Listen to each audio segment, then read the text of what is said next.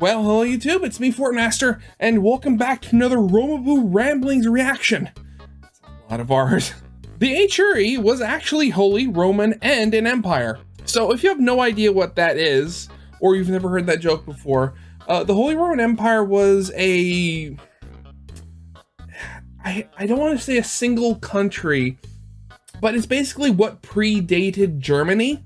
It was kind of the biggest kind of like overarching government that a lot of the little like German states had for hundreds of years. Because I think it was the Pope, I'm forgetting which Pope, but a Pope that crowned Charlemagne as the Emperor of the Holy Roman Empire. And the whole thing with it being neither Holy Roman nor an empire, because, I mean, if you played games like Europa Universalis 4, the Holy Roman Empire isn't so much a country as it is a game mechanic that people in Europe play. Now, from what I've seen, I think it started out much more centralized, but then just got more decentralized as time went on. The not holy part, I mean, besides the fact that the crown was passed on by the Pope, I don't think the Pope really had that much to say in it for a while. And Roman, because again, it took place in Germany, not in Italy, though it did control a fair chunk of Italy for a while before it became kind of more trouble than it was worth. Though then again, that's coming from somebody who knows very little about the whole thing besides what he's seen in video games and from what I've seen in like overly sarcastic production videos. So yeah, I am looking very forward to finding out actual information on the topic. Original video is linked in the description if you haven't seen it yet for some reason.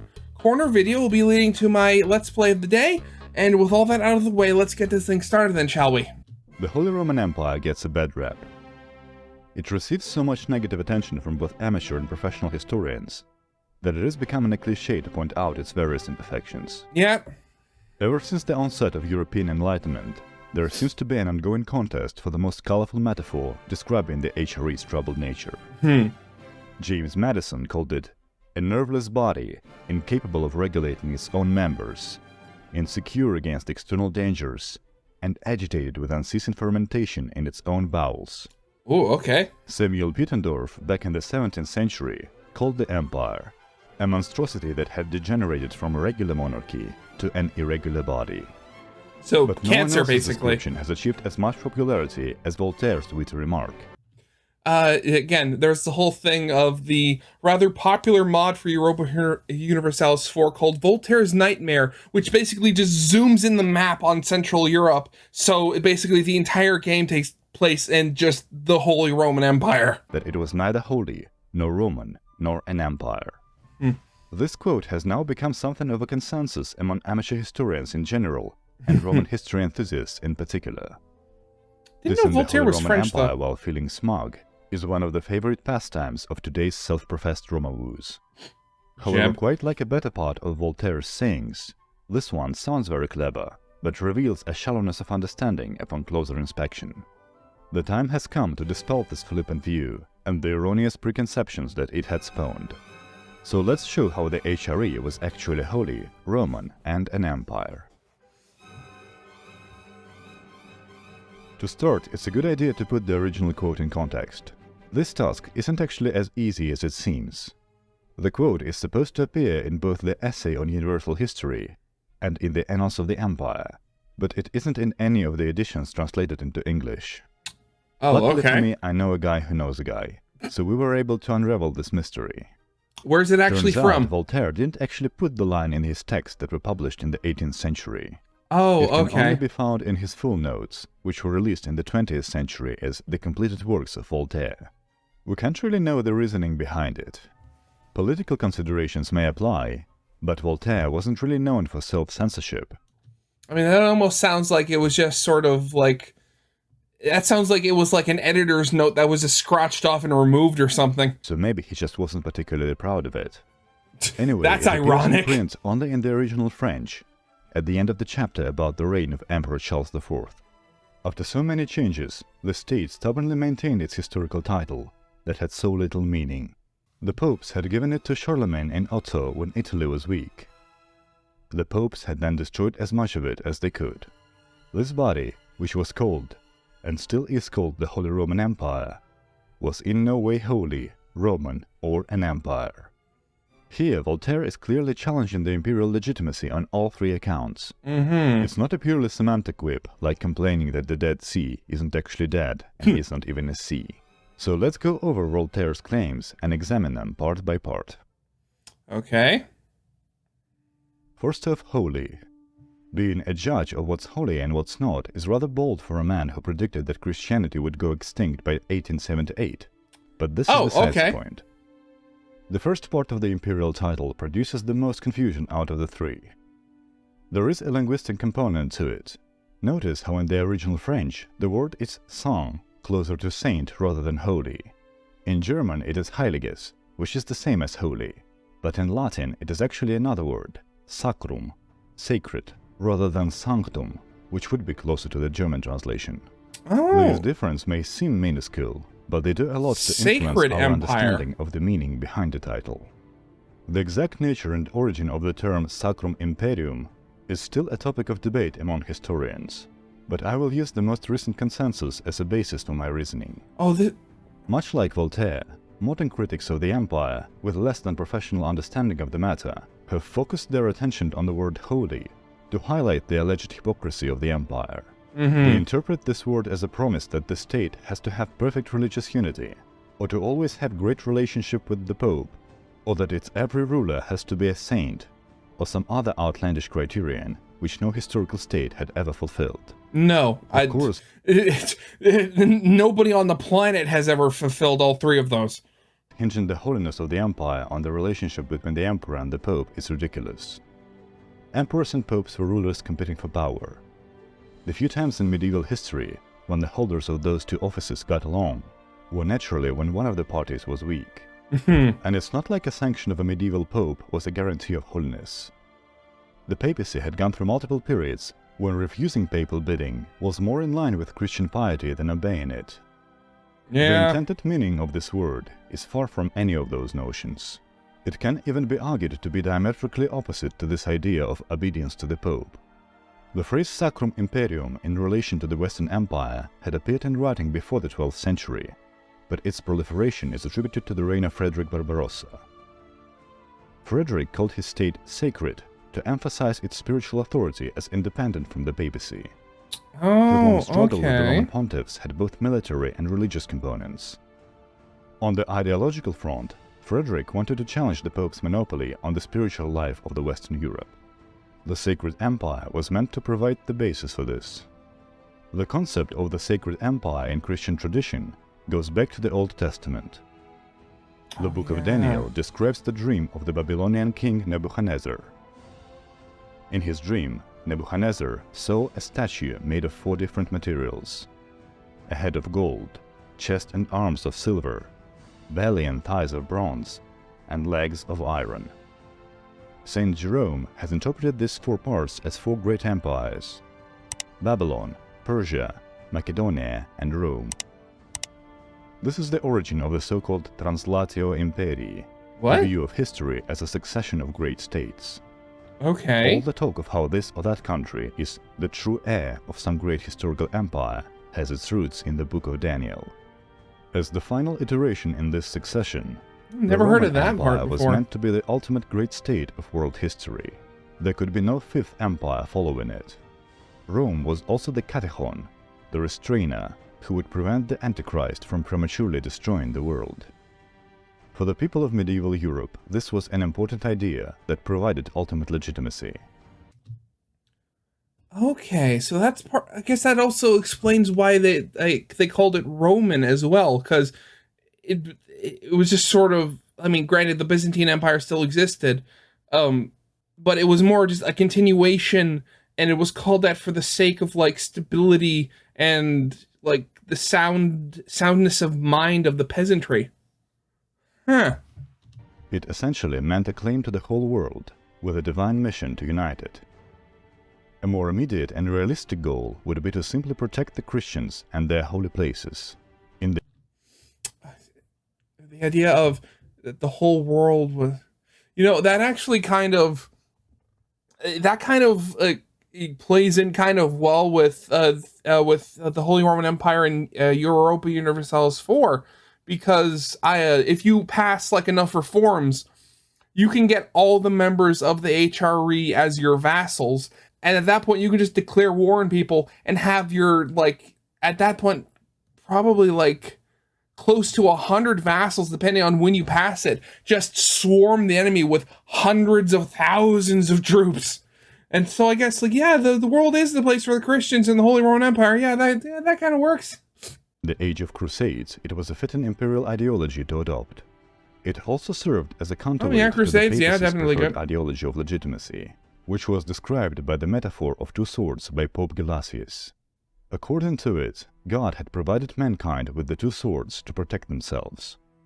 The Church received the sword of spiritual authority, auctoritas, while the state received the sword of secular power, potestas.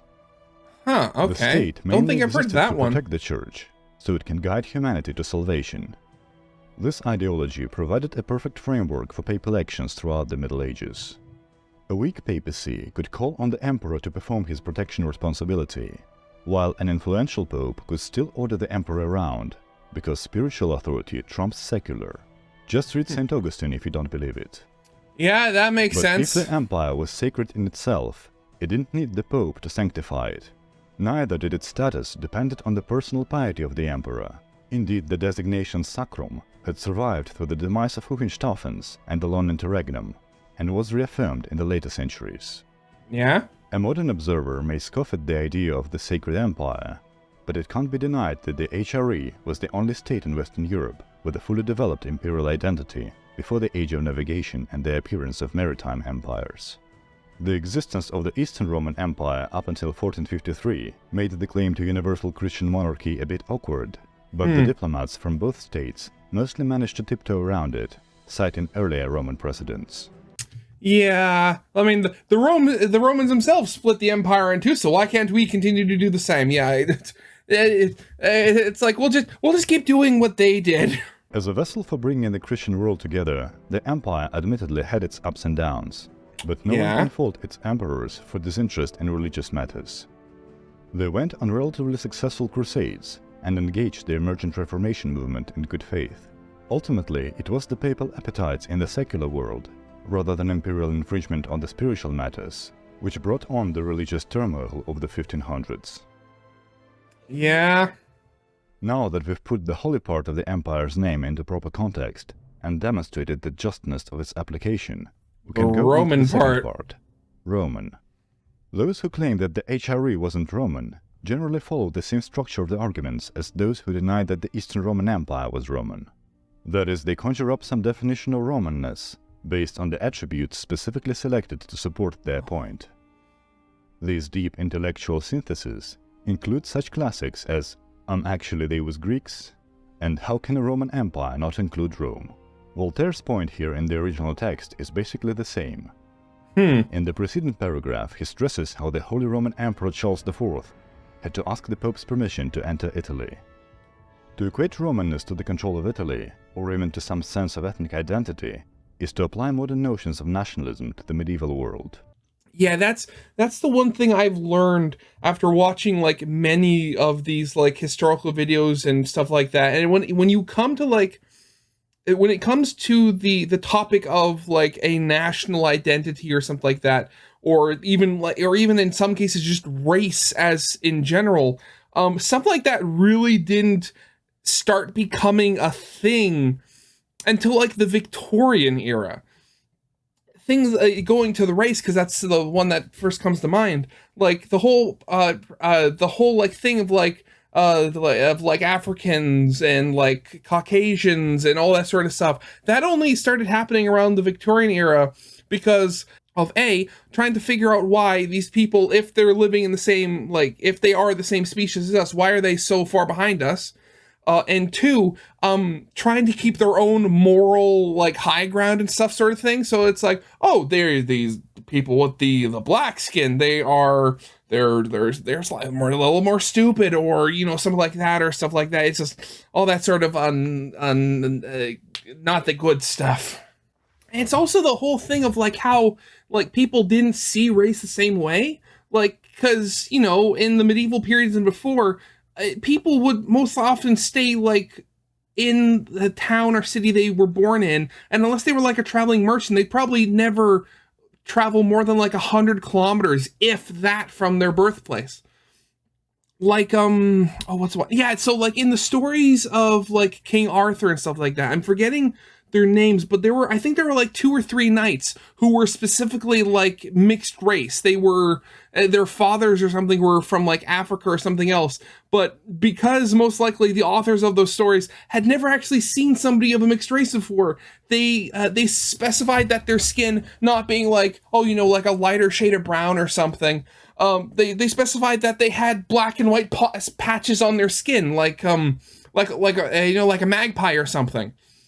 Now, granted, they describe these men as and these knights as like they were miracles and they're holy and they were very beautiful. But still, when you think of mixed race, patches of different colored skin like a zebra or like a giraffe, things don't work like that. So it's not until we as a species started getting more worldly that some of these trains of thought really started to develop. As we've discussed earlier, for the people of the Middle Ages, the Roman Empire was an ideal of a universal state, tasked with a sacred mission to protect the faithful. Well, yeah, at its peak, the Roman Empire controlled almost everything of the known world and around the Mediterranean, so unified.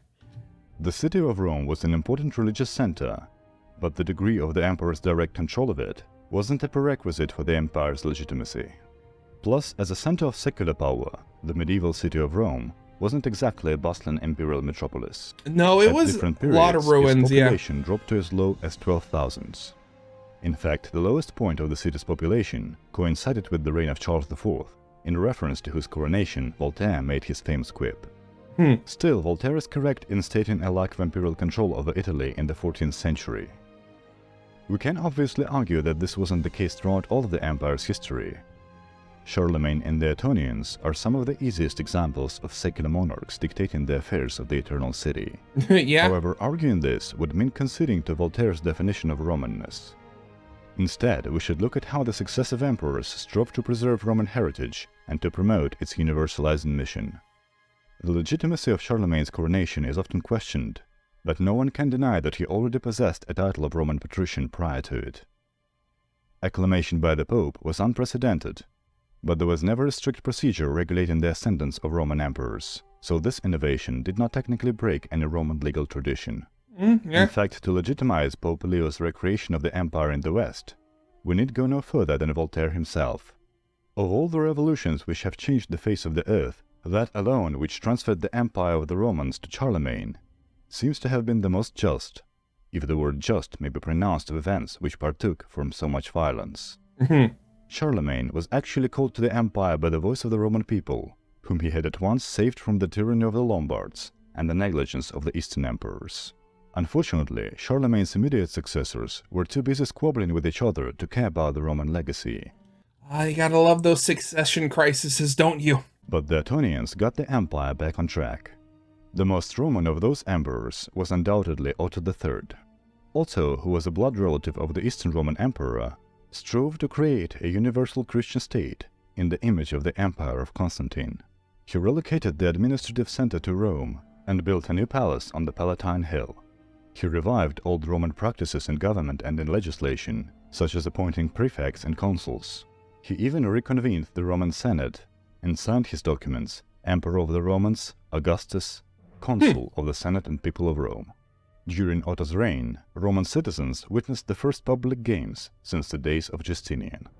Of course, not every emperor was as infatuated with the old Roman legacy as Otto, and those who were rarely had time and resources to realize this ambition. Unfortunately. It is also true that the base of the imperial power remained in Germany.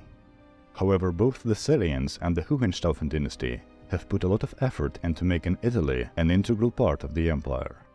If Frederick Barbarossa leaned heavily on the holy part of the title, his grandson and namesake Frederick II focused more on the Roman part. His ambitions were similar to those of Otto III. They were even both called a wonder of the world by their contemporaries, although the meanings of these two monikers are different in the original Latin. Okay. Otto's word for wonder was mirabilia, which means wonder in the sense, what a wonderful day. Frederick's word was stupor, which is wonder as in, I wonder what's up with this guy. Less than flattering nature of this Okay. Why don't you say that to my face, why don't you? nickname was not lost on Frederick himself, who was fluent in Latin as well as 5 other languages. Oh, okay. His overall cultural policy was based on the revival of Roman heritage, as he sponsored translations of ancient texts and commissioned many construction projects in the newly emergent Romanesque style, which borrowed heavily on the architecture of antiquity. There had been a lot of work done to restore Italy to its classical majesty, with the repair of aqueducts and other elements of the infrastructure. I need water. Well, it is true that after the fall of the Hohenstaufens, Italy had slipped from imperial control for good. The Roman legacy had made a comeback in the legal framework of the empire as late as the 16th century. Before that, Roman law had to compete with local German customs. Its position depended on the relations between the emperor and his vassals. That is, until Maximilian I formalized its use as the basis of the imperial justice system at the Diet of Worms. The biggest contemporary critics of the HRE's Romanness were the Eastern Romans, but even they agreed to the use of Augustus as the Western imperial title, and recognized the legitimacy of the empire's rule over former Roman possessions in the West. The common people of the empire may not have had an ingrained Roman national identity, but there are enough arguments to support the empire's claim to Roman legacy, contrary to what Voltaire and his fans would have you believe. And finally, the empire. The actual empire Claiming part of the that title. empire wasn't actually an empire is another case of ascribing modern meaning to medieval titles. We have already covered the proper historical context for the word empire and the imperial designation, and demonstrated its applicability. However, this part of Voltaire's claim has enough material for a good semantical exercise. So okay, let's see what it is. His problem with the word empire is the most paradoxical, considering that it's the only word he uses to describe the state throughout all of his work. It wouldn't be unlike Voltaire to add this part to his line just to sound more clever, but we can more or less deduce his meaning from the context. If anything, his issue with calling the HRE an empire would be a very loose control of the emperor over his subjects. But like every other property of every other historical state, the degree of the HRE's centralization changed throughout time. Charles IV came to rule the empire at the end of the Great Interregnum, the period when the structure of the HRE had significantly deteriorated. But with the reign of Charles came the revival of imperial institutions and the emergence of the intricate governmental structure for which the HRE is famous. And of course, it's not like the degree of centralization was ever a prerequisite for calling something an empire. There have been empires throughout history that exercised less control over its territories and subjects than the HRE even at its lowest point.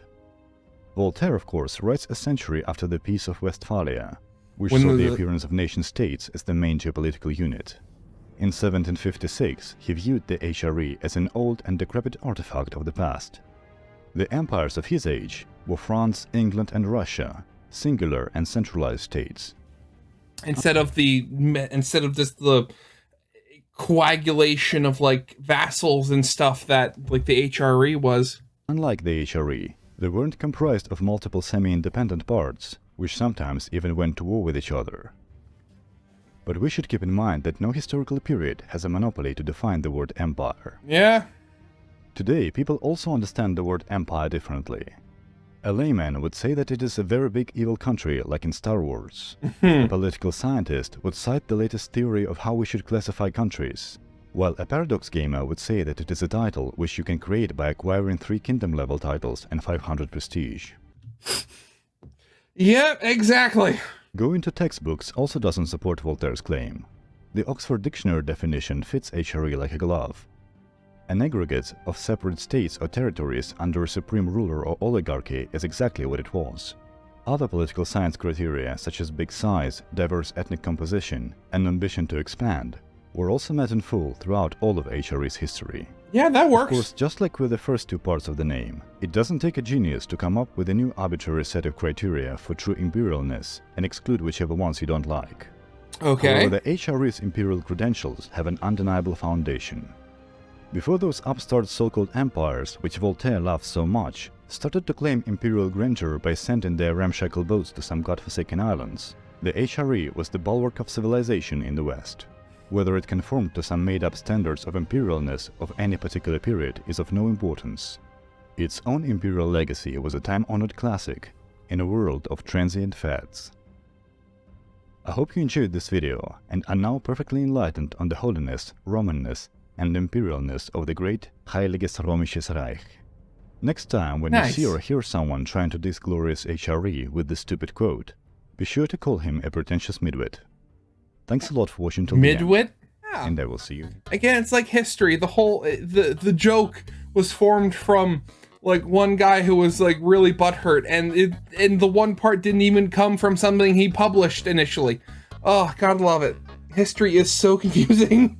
Anyway, so that was it. It's just again, it's all this stuff, a lot of the stuff that, again, it's stuff like this where just from my like passive absorption of information, I've heard of at least a good 40% of what he was talking about in this video.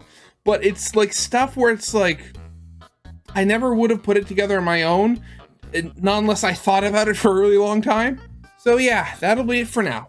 So as always, original video will be linked in the description if you haven't seen it yet for some reason. Corner video will lead to my Let's Play of the day. And with all that out of the way, I hope you guys liked. If you did, leave a like, subscribe if you have not, and I'll see you guys next time. Goodbye.